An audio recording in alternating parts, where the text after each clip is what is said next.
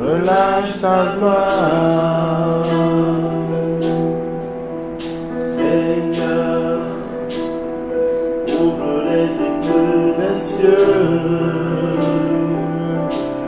relâche ta gloire, relâche ta gloire, relâche ta gloire. Nous voulons te voir, nous avons soif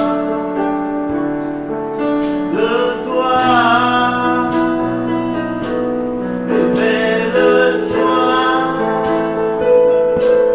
fais entendre ta voix, relâche ta gloire, relâche les miracles, relâche les maudits, relâche les anges, relâche pour le bâtiment, relâche les maudits, relâche les miracles, relâche les anges, relâche, nous voulons voir ta gloire. Oh, oh, oh, oh, relâche ta gloire. Oh, oh, oh,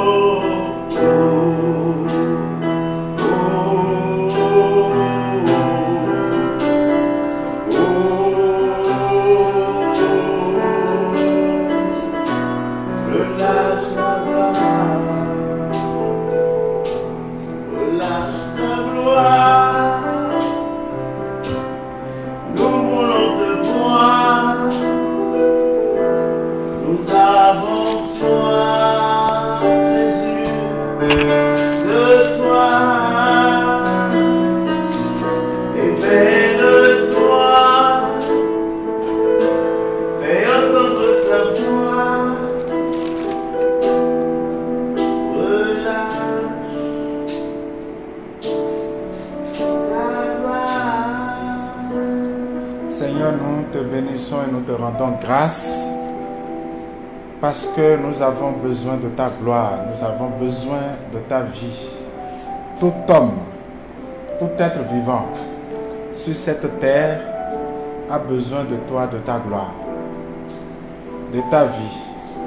C'est pourquoi les frères de Daniel, dans le livre de Daniel, quand ils ont été jetés dans la fournaise, ils ont demandé à la création de bénir le Seigneur. Ils ont dit: soleil, bénis le Seigneur. Lune, loue le Seigneur. Les enfants d'Israël, louez le Seigneur. Que tout ce qui vit et respire te loue, Seigneur. Parce que le jour où tu cesses, rien n'existe. Et comme tu ne cesseras jamais, tout vit grâce à toi. Merci Seigneur pour ce temps. Et bien-aimés de Dieu, merci d'être là. Pour vous qui êtes restés, je vous ai parlé de la patience le mardi passé. Aujourd'hui, je me suis trompé d'heure. Je pensais 16 heures, mais vous étiez là depuis 13 heures. Merci pour votre patience. J'ai une question parmi les nombreuses qui ont été posées. Je vous la lis et je réponds. Depuis que le Seigneur m'a enlevé des tas d'ordures et m'a donné un emploi et une place dans la société, une sœur s'est mise à me combattre. Elle raconte partout des ragots, je lis mot pour mot, sur moi pour tenir mon image. Elle a même essayé de me faire perdre mon premier contrat. Par la force des choses, nous nous retrouvons au sein d'un même bureau aujourd'hui. Pour instaurer une atmosphère de paix au sein du bureau, je lui ai dit malgré tout le mal qu'elle m'a fait que je lui pardonne. et que le passé est effacé. Mais tous les jours que le Seigneur fait, elle ne cesse de raconter des sottises sur moi à mes chefs. Que faire? Je veux déjà remercier cette sœur pour cette question. Je voudrais dire merci ma sœur parce que tu as eu le courage d'exprimer quelque chose peut-être que tu vis mais que tu n'es pas seul à vivre parce que beaucoup de personnes vivent la même chose. Dans notre société aujourd'hui, que ce soit au Bénin, en Afrique ou dans le monde, des adversités gratuites qui se lèvent de part et d'autre, de gauche à droite et qui tentent de nous abattre. Et souvent, on ne sait pas comment réagir. Parfois, ne pas réagir est interprété comme si on était bête, comme si on n'était pas fort. Et on a l'impression que le fait de ne pas répondre donnait encore davantage la force à celui qui fait le mal. C'est comme si on encourageait le mal. Et donc, on permet au mal de prospérer. Et parfois, certains ont même le sentiment que parce qu'on n'a pas réagi, la même personne qui fait la même chose en fera à d'autres et ça va continuer. Je voudrais vous dire que tous ces sentiments sont des sentiments humains. C'est des sentiments naturels. Et le fait qu'on les ressente ne fait pas de nous des gens mauvais. Mais les ressentis ne signifient pas qu'on puisse suivre ces sentiments-là. Il y a quelque chose qui s'est ajouté au fait que nous soyons des hommes, c'est que nous sommes des croyants, ou à défaut, nous aspirons à une certaine stabilité spirituelle. Ce qui fait que ce qui motive nos décisions ne sont pas que des sentiments humains, mais c'est en même temps notre désir d'être en paix avec nous-mêmes et avec Dieu. Et c'est dans ce sens que je parle. Je parle de ce que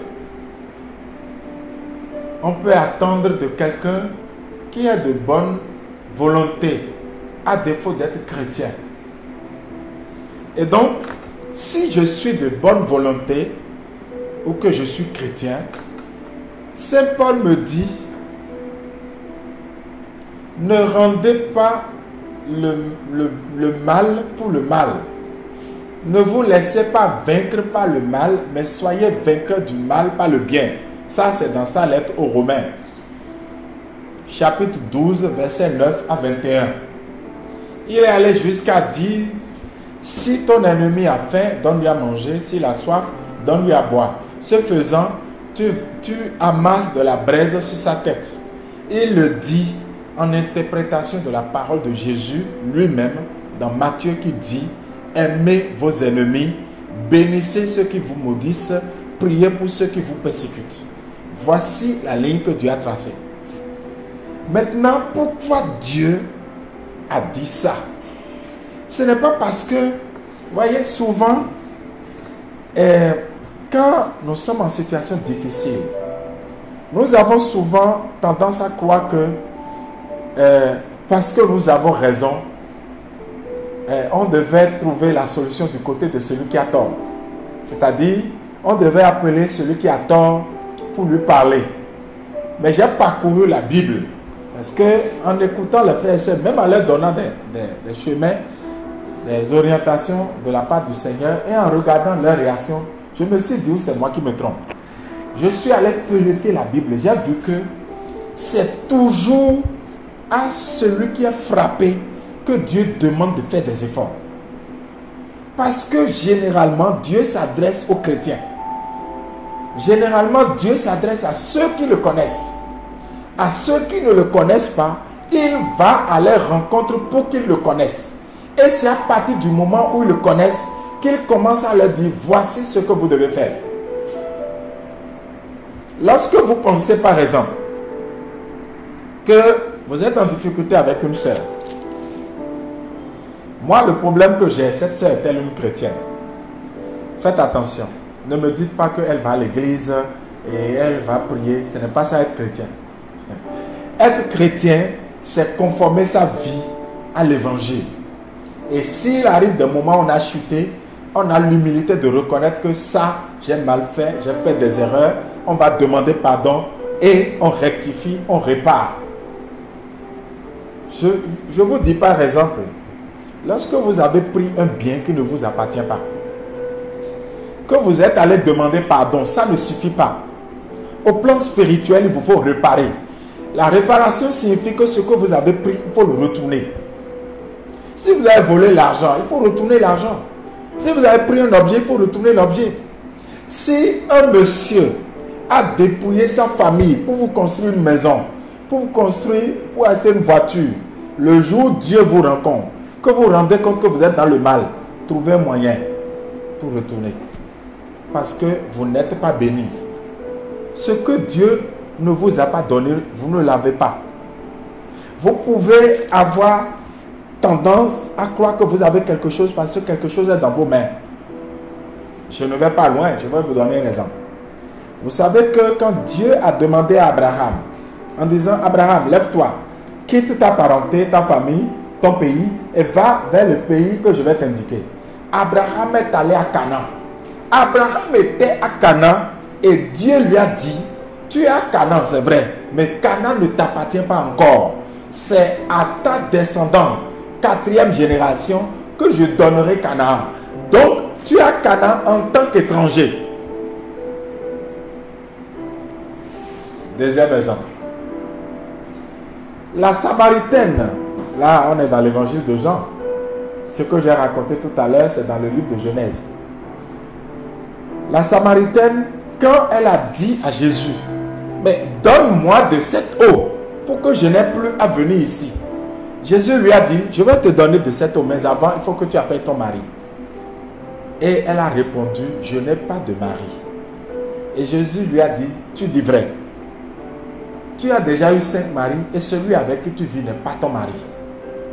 Alors, ces deux exemples suffisent pour dire, tu peux être en train d'habiter une maison que tu as construite alors que la maison ne t'appartient pas, puisque le Seigneur ne t'a pas donné. Tu ne l'as pas bâti sur ordre du Seigneur, sur bénédiction du Seigneur, mais peut-être que tu l'as volé, tu l'as tripatouillé. D'une manière ou d'une autre, tu vas perdre la maison. Soit en la vendant de ton vivant, soit à ta mort, tes enfants vont gaspiller en vendant à vil prix, ou etc., etc. Mais ce que Dieu t'a donné, Dieu va le lever dans l'éternité et tu ne vas pas le perdre. Je donne encore là un exemple. Dieu n'a-t-il pas donné Isaac à Abraham? Dieu n'a-t-il pas demandé à Abraham d'aller sacrifier Isaac? Et après il a dit non, ne tue pas Isaac, tue le bélier. Et bien en acceptant d'aller sacrifier Isaac, Abraham venait de positionner Isaac dans l'immortalité, dans l'éternité. Et je peux multiplier des exemples. Tout ce que je dis ici pour dire que les choix que nous faisons devront être des choix chrétiens. La sœur dit que, clairement que, par la force des choses, moi je ne vois pas la force des choses, mais je vois la grâce de Dieu. Nous nous retrouvons au sein d'un même bureau et pour la paix, j'ai dit je pardonne, mais la sœur a continué. Première chose, c'est Dieu qui vous a donné l'emploi, ma soeur. Et si Dieu t'a donné l'emploi, écoutez-moi bien, même si ta propre mère se lève contre cet emploi-là, elle ne peut pas te faire perdre cet emploi parce que c'est Dieu qui te l'a donné. Je vais plus loin. Même si le directeur, même si le ministre lui-même, même si le président de la République lui-même veut t'ôter cet emploi-là alors que Dieu voudrait que tu restes, il ne pourra pas. En fait, voilà comment les choses se réalisent. Ce n'est pas, vous n'avez pas votre emploi. Vous n'avez pas votre emploi parce que personne n'est allé vous critiquer chez le patron. Vous avez l'emploi parce que Dieu vous l'a donné. Et donc, s'il y a un problème, c'est à Dieu que vous vous adressez. Que quelqu'un se plaigne chez votre patron ou dit des choses sur vous, on s'en fout. Mieux, faites attention. Les hommes cherchent à bâtir une réputation. Mais Dieu, lui, nous bâtit une renommée. Ce n'est pas la même chose. Un homme peut dire n'importe quoi sur vous. Ce qu'il peut entacher, c'est votre réputation. Mais votre renommée, personne ne peut gâter ça. Parce que ça, c'est Dieu qui bâtit. Et comme cette renommée dépend de Dieu, aucun homme, même pas un ange, n'est capable de détruire la renommée que Dieu a bâtie. À partir de ce moment-là, pourquoi je vais me préoccuper de la réputation alors que la renommée est plus puissante parce qu'elle vient de Dieu?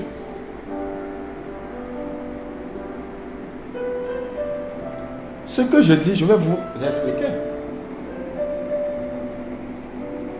Regardez tout ce qu'on a dit de Jésus. Les gens ont dit que ce n'est pas la force de Béelzéboul. Certains ont dit, ah, ce n'est que le fils du charpentier. On a même menti sur lui pour dire, il a dit, je vais faire ceci, je vais faire ça. On a dit toutes sortes de choses, on a dit crucifiez-le. Mais la renommée de Jésus n'a jamais été atteinte. La preuve est que tous ceux qui ont détruit sa réputation, pensaient-ils, tous après ont chanté sa renommée. Au pied de la croix de Jésus, le soldat qui a vu comment Jésus est mort a dit celui-ci était vraiment le Fils de Dieu. Le voleur qui était à droite de Jésus a reconnu qu'il était le Fils de Dieu. C'est ça qu'on appelle la renommée. Il y a une grâce sur ta vie. Les frères de Joseph l'ont critiqué et l'ont vendu. Mais la renommée qui est sur lui n'a jamais disparu. Ma soeur, le jour où tu t'accroches à la réputation, tu finiras par perdre la renommée. Parce que les gens, en te critiquant, ils parlent mal de toi, ils disent des choses bizarres de toi. Et le jour où tu vas commencer à réagir, tu vas faire des choses disproportionnées et tu risques de confirmer le mal qu'on dit de toi. Et la personne aura gagné sur deux plans. Premier plan, t'avoir fait mal. Deuxième plan, t'avoir fait changer d'identité. Tu n'étais pas une personne mauvaise, mais tu vas finir par devenir une personne méchante et tu vas dire, moi je ne parlais pas, c'est parce qu'on m'a provoqué que j'ai réagi. Mais tu n'es pas obligé de devenir ce que l'autre veut que tu deviennes. Tu dois rester qui tu es, c'est ça l'intégrité. Et l'intégrité permet justement à la valeur, à la grâce de Dieu de rester avec nous, de rester sur nous. Alors, ma soeur, ton emploi dépend de Dieu. Ton évolution dépend de Dieu. Les hommes peuvent te bloquer pour un temps. Mais quand il plaira à Dieu, il t'élèvera. Je souhaite que tu laisses le Seigneur agir. Et tu verras que Dieu est fidèle. Lorsque tu parles du bien de quelqu'un qui parle mal de toi, les gens auprès de qui on parle mal de toi finissent par voir qui est la vraie personne, la bonne personne et qui est la mauvaise.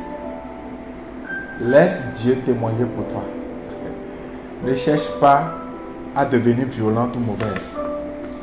La Bible a même dit dans la finale de l'évangile de Marc, même si tu buvais un poison, à cause de ta foi, ce poison ne te tuera pas. Et Saint Augustin a fait cette expérience quand il allait évangéliser dans le nord de l'Afrique. Les gens lui ont donné un repas empoisonné, mais il n'est pas mort. Pendant qu'il priait pour manger, Dieu lui a dit le repas est empoisonné. Mais mange. Il a mangé le repas, il n'est pas mort. Ça a provoqué la conversion de beaucoup de personnes.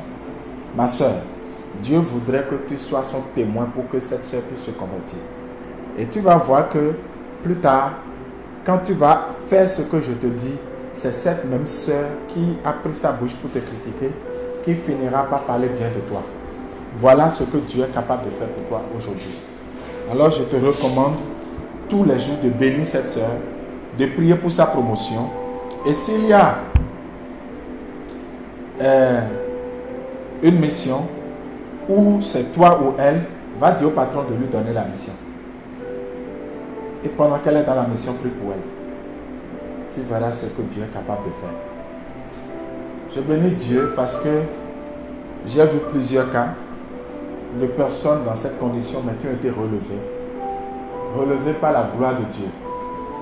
Je souhaite que ce soit ton cas. Parce que Dieu ne permet jamais que quelque chose nous arrive sans que cette chose serve à notre conversion et à notre élévation. Soyez bénis. Une autre question, c'est quel est le rôle de Marie dans le combat spirituel? Alors, je vais vous dire quelque chose. Je veux commencer d'abord par demander pardon à tous nos frères évangéliques qui nous écoutent. Parce que nous, catholiques, nous avons eu parfois des comportements excessifs qui ont donné l'impression qu'on adorait Marie. Et donc, ça a donné à nos frères évangéliques de nous critiquer et d'être mal à l'aise lorsqu'on parle de Marie. Et donc, c'est par rapport à ça que je leur demande pardon. Parce que je vais parler de Marie. Alors, lorsque beaucoup de personnes parlent de Marie,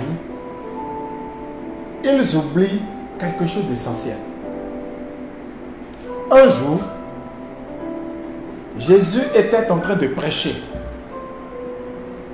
Et les gens sont venus dire à Jésus, ta mère et tes frères sont là dehors en train de te chercher. Et Jésus va leur dire, qui est ma mère? Qui sont mes frères? N'est-ce pas ceux qui écoutent la parole de Dieu et la mettent en pratique? Et beaucoup de nos frères disent que ce faisant que Jésus avait dénigré Marie ou avait enlevé à Marie sa position de mère. Non, ce n'est pas vrai. Je vais vous expliquer. Est-ce que Marie avait compris ce que l'ange lui avait dit? Marie n'avait pas compris. L'ange lui a dit, tu concevras un fils et tu lui donneras le nom de Jésus. Et nous savons tous, pour la plupart, que Marie n'avait pas de relation conjugale. Elle a même dit, comment cela se ferait puisque je n'ai pas de relation conjugale. Et l'ange lui a dit, l'Esprit Saint viendra sur toi, la puissance du Très-Haut te prendra sous son ombre. Voilà pourquoi l'enfant qui va naître sera saint et sera appelé Fils de Dieu. Et donc, l'ange lui disait que ce n'est pas l'opération du Saint-Esprit qu'elle devait tomber enceinte de Jésus. Elle n'a pas compris. C'est quelque chose qui ne s'est jamais passé dans l'histoire. Elle n'a pas compris.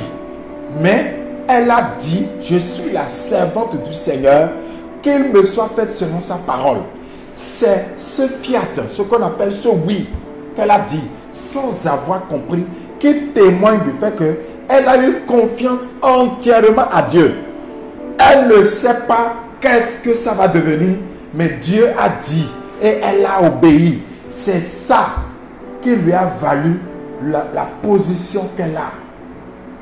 C'est ça qui fait qu'elle est enfant d'Abraham. Elle est fille d'Abraham parce que Abraham a fait la même chose en se mettant en route. Abraham ne savait pas où il allait, il ne comprenait rien. Il a juste obéi. Et l'auteur de la lettre aux Hébreux dit que Abraham eut foi en Dieu et il fut compté comme juste. Comment quelqu'un alors va accepter Abraham parce qu'il a eu foi en Dieu et va dire qu'il n'accepte pas Marie qui elle aussi a eu foi en Dieu en accueillant le Fils de Dieu? À cause de ça, Marie a été élevée reine.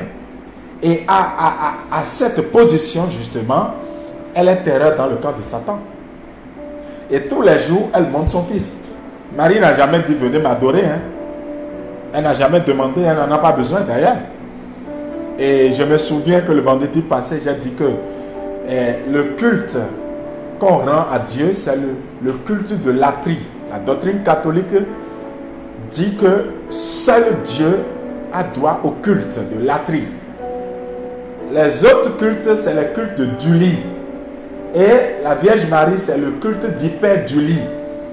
Et le culte de Duli, c'est un culte de vénération qui n'a rien à voir avec un culte d'adoration. J'ai donné des images. Donc, Marie est capitale dans le combat spirituel parce que la nouvelle génération de chrétiens, c'est elle qui l'a engendré, qui l'a accouché. C'est pourquoi on dit, elle est la mère des croyants. La première Ève a été entraînée dans la corruption. Ève signifie mère des vivants. Elle a été entraînée dans la corruption.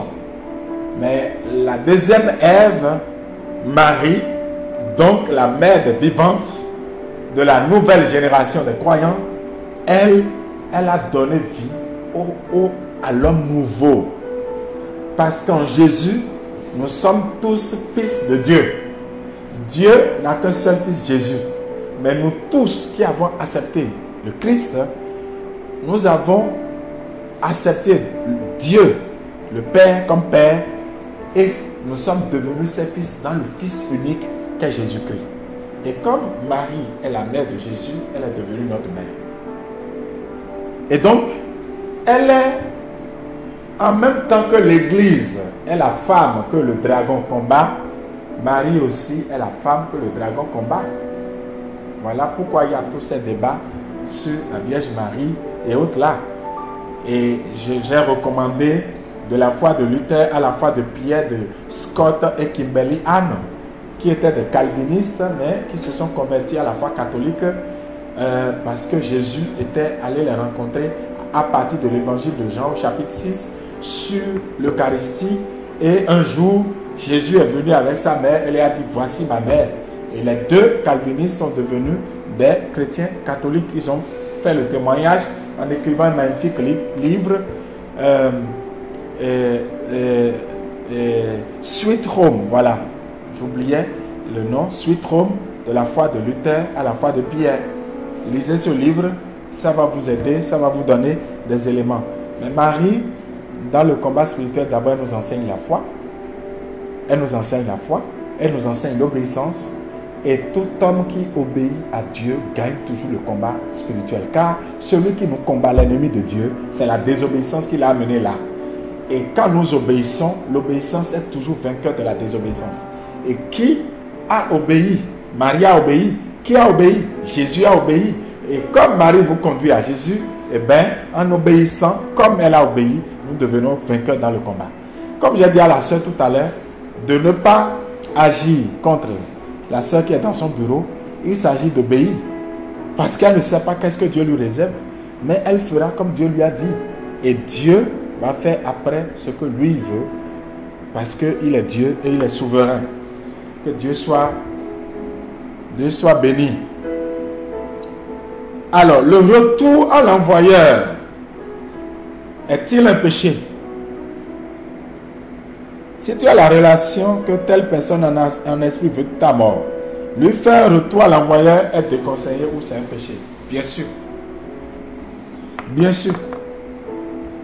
La prière qui consiste à dire on écrase nos ennemis, c'est une prière qui n'est pas chrétienne. La prière qui dit de prier contre X ou de prier contre Y, même si c'est une sorcière, même si on a toutes les preuves que c'est la personne qui a tué tous les membres de ma famille, demander que la personne meure me fait devenir comme la personne. La personne demande que je meure et moi-même je demande qu'elle meure. Donc on est la même chose. Mais ce que Saint Paul dit, c'est clair.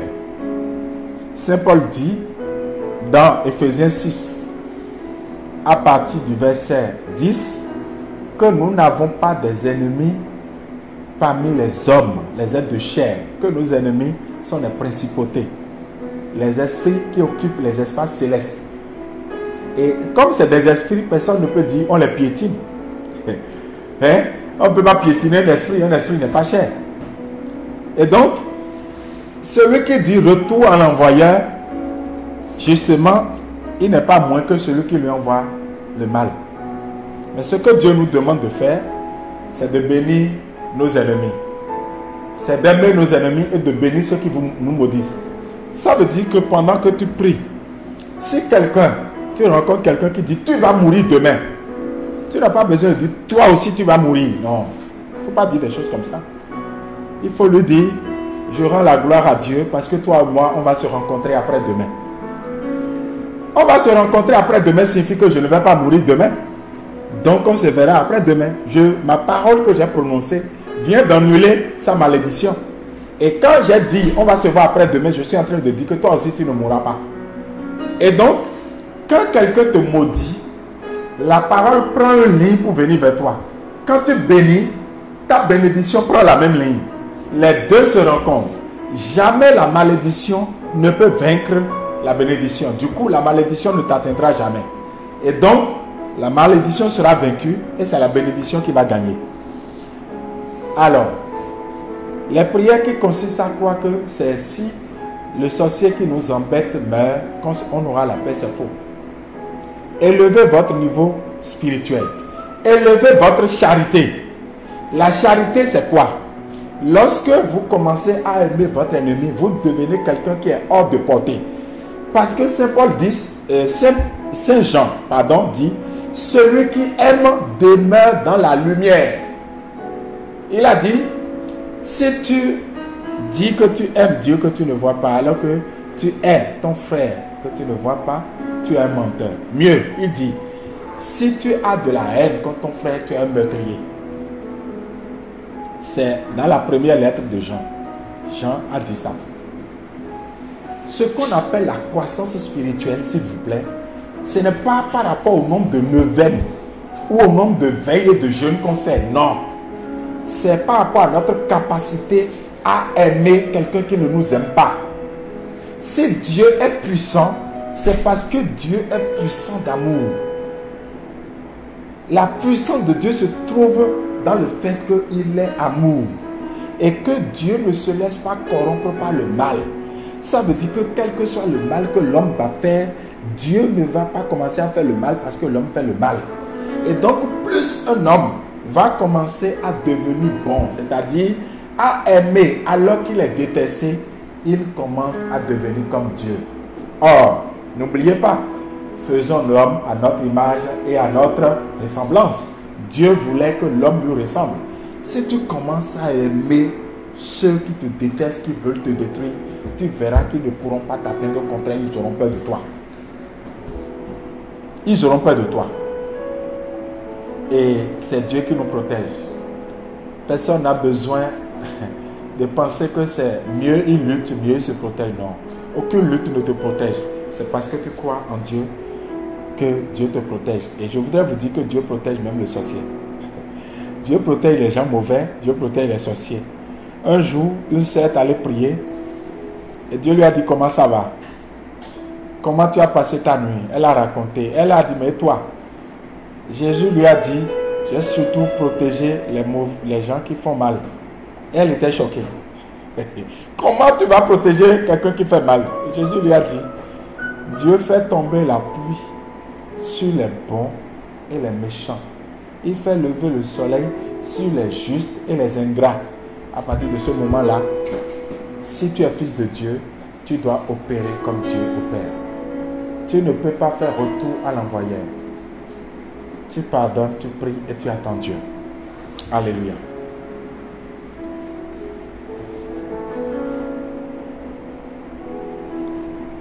Alors j'ai répondu à la question. Jésus nous demande de pardonner à nos ennemis. Si l'ennemi prend un couteau et veut te tuer physiquement, non. Ce n'est pas parce que tu te défends que tu vis. Je viens de l'expliquer. C'est parce que Dieu te protège. Et quelle que soit la force d'un sorcier, il ne peut pas te tuer si tu es un vrai chrétien.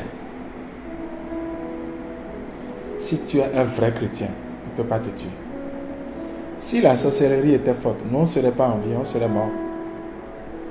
On serait mort depuis. C'est parce que c'est Dieu qui est fort. C'est Dieu qui protège. C'est Dieu qui élève. Mais à condition que tu laisses Dieu t'élever et te protéger.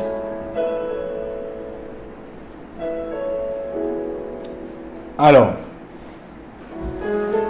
cette question est la question d'une personne catholique qui dit ne pas aller à la messe fait partie des péchés capitaux. Non, non. Ne pas aller à la messe n'est pas un péché capital. les péchés capitaux, dans les péchés capitaux, il n'y a pas ne pas aller à la messe. Mais ne pas aller à la messe, c'est ne pas sanctifier le jour du Seigneur. C'est un péché.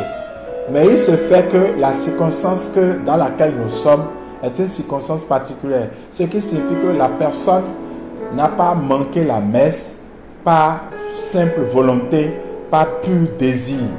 C'est une circonstance qui frappe tout le monde.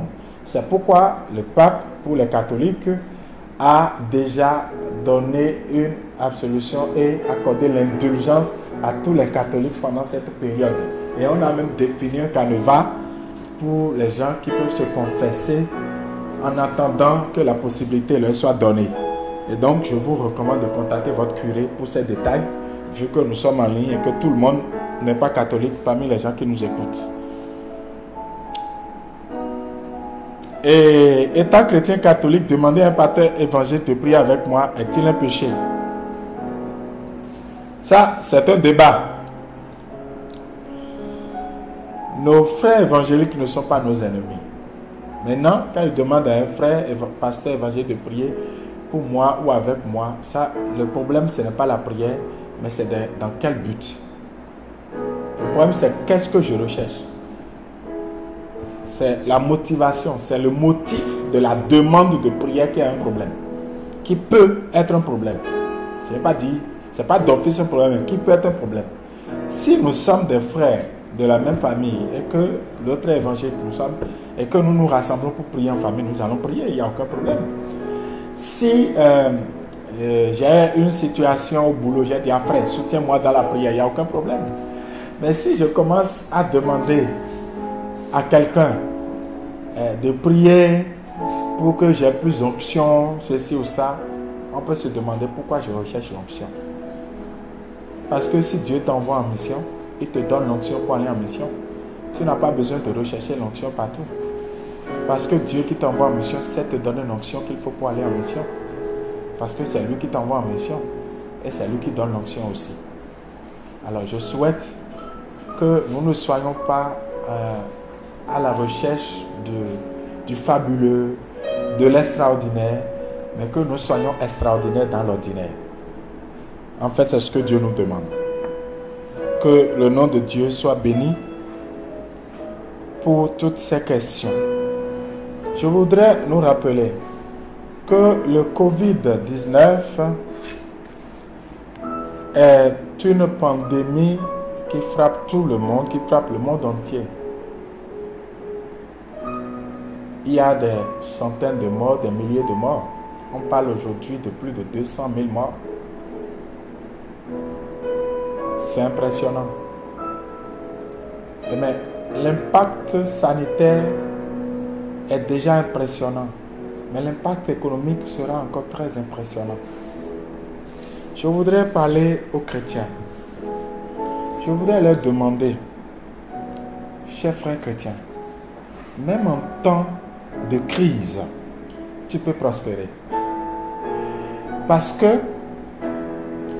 si vous prenez Genèse 25, Genèse 26, que vous regardez l'histoire d'Isaac, il était installé quelque part où il y avait la famine. Parce que le sol n'était plus productif. Il voulait déménager, Dieu lui a dit reste là. Et c'est là où il est devenu extrêmement riche. La question c'est quelle est ton alliance avec Dieu? Quel est ton niveau d'engagement avec Dieu? As-tu abandonné tes finances à Dieu? As-tu consacré ta vie professionnelle à Dieu? Voici les questions auxquelles tu dois répondre. Parce que ce sont ces questions qui déterminent ton alliance. Et quand tu es en alliance avec Dieu, ce n'est plus toi qui vis, c'est Dieu qui vit. Ce n'est plus toi qui es en affaires, c'est Dieu qui fait les affaires à travers toi. Dieu est donc le fondé de ton entreprise et toi, tu es son DG. Et donc, c'est lui qui te dit ce qu'il faut faire. Et si l'entreprise appartient à Dieu, tu n'as rien à craindre. Alléluia. Alors, comment devenir un vrai chrétien? Que doit-on faire? Comment faire pour pardonner à ceux qui nous blessent, qui nous font du mal? Je dois reconnaître que Pardonner est un acte divin. Mais celui qui a mal doit dire à Dieu, j'ai mal. Parce que dire qu'on n'a pas mal, c'est faux. Quand quelqu'un te critique, quand ton mari te trompe, tu as mal. Quand ta mère te renie, tu as mal. Quand ton père te fait mal, tu as mal. Quand ton ami te fait mal, tu as mal. Quand on jurie, tu as mal. Mais le problème, c'est que il ne faut pas laisser cette douleur persister, rester en toi, parce que ça va faire de toi une personne mauvaise, ce que tu n'es pas à la base. Alors va dire à Dieu, Jacques m'a parlé et j'ai mal. Ce qu'il m'a fait, c'est mal. Ça me fait mal. Et je veux lui pardonner, mais je manque de force. Seigneur, donne-moi la force de lui pardonner. Sois en train de dire ça jusqu'à ce que tu aies la force de dire, Seigneur, en ton nom, je pardonne à Jacques. Et pour être sûr que tu as pardonné à Jacques, c'est que tu es capable de penser du bien de Jacques. Tu es capable de bénir Jacques. Tu es capable de dire du bien de Jacques. C'est la preuve que tu lui as pardonné. Si tu n'en es pas là, c'est que tu ne lui as pas pardonné, tu dois retourner. Et ça fait partie des actes qui te font reconnaître comme un vrai chrétien. Bien-aimé, pour devenir chrétien, un vrai chrétien, la question, c'est comment tu fais pour savoir que quelqu'un est amoureux de toi. Là, tu le sauras. Il faut fréquenter souvent Dieu. Fréquenter Dieu, c'est à travers sa parole. C'est à travers les rencontres de prière. C'est à travers des attitudes. C'est à travers la recherche de sa volonté, la recherche de sa face. Voilà comment on devient vrai chrétien. On abandonne l'attitude qu'on avait avant et on commence à avoir une nouvelle attitude liée à la nouvelle relation qu'on a. Vous savez, si votre jeune fille, je pense que j'allais parler, votre fille ne prend pas soin, le jour où elle va rencontrer un jeune homme qui la désire, vous n'avez pas besoin de lui dire soigne ton corps, soigne ceci, elle le fait naturellement. Ça veut dire qu'il y a un nouveau comportement dicté par la nouvelle rencontre.